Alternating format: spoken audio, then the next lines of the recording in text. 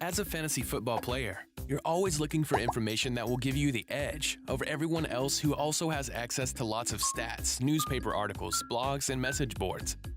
So when a minor piece of information gets leaked, like what a player's health or mood seemed like when he was walking out of practice, you may be tempted to act on it immediately. But before you make any drastic changes, do the information test. Examine whether your information is relevant, reliable, and significant enough to justify acting on it. In fantasy, relevant information is related to who you should play and how you expect them to perform. Examples of reliable information would be trustworthy statistics, visual evidence like photos or video clips that show what's being claimed, and coaches' statements. Significant information makes a situation different enough that you would make an adjustment to your prediction or lineup. Let's see if some examples pass the test. A reporter on the beat for the Stampedes says that Brady, a veteran top 5 quarterback, looks great in practice.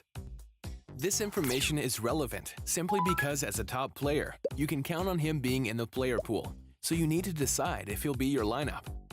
The information is probably reliable, considering it's coming from a reporter who observes the team for a living. However, this information isn't significant. Brady has been looking good in practice for over 10 years. There was already a good chance you'd play him, and you have plenty of stats to help you make a reasonable prediction about his performance. Here's another one. You read on a message board that sources are reporting that superstar tight end Gronkowski was limping out of practice. It's once again relevant because he's in the player pool. But with this slight injury, you're not sure if you want him in your lineup anymore. But this information isn't reliable. If all you have is an anonymous message board post, it's hard to prove.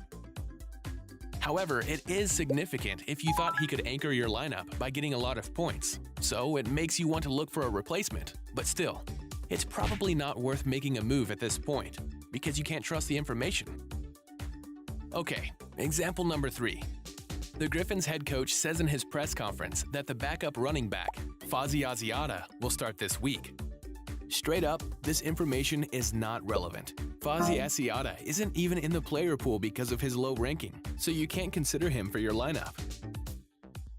But the information is reliable. It comes directly from the head coach. And it's significant because it causes a major change in expectations about the team's performance. So it seems like you should put this information to use, but remember, it's not directly relevant to your lineup, so don't dwell on it. Alright, let's look at one last example. ESPN reports that starting wide receiver Julio Beckham Jr. sprained his ankle in practice and won't be playing in this week's game. It's relevant if you were considering his quarterback for your lineup. It's reliable because there's photographic evidence of the injury on a major sports network. And it's significant if the backup wide receiver on that team isn't very good. This means that you should probably find a new quarterback. This bit of news passes the information test, so go ahead and act on it. By all means, keep looking for specific information to help you make decisions about your lineup. However, when you find that a new piece of information affects your opinion, pause and do the information test. Think about whether it's reliable, relevant, and significant enough to justify changes to your prediction.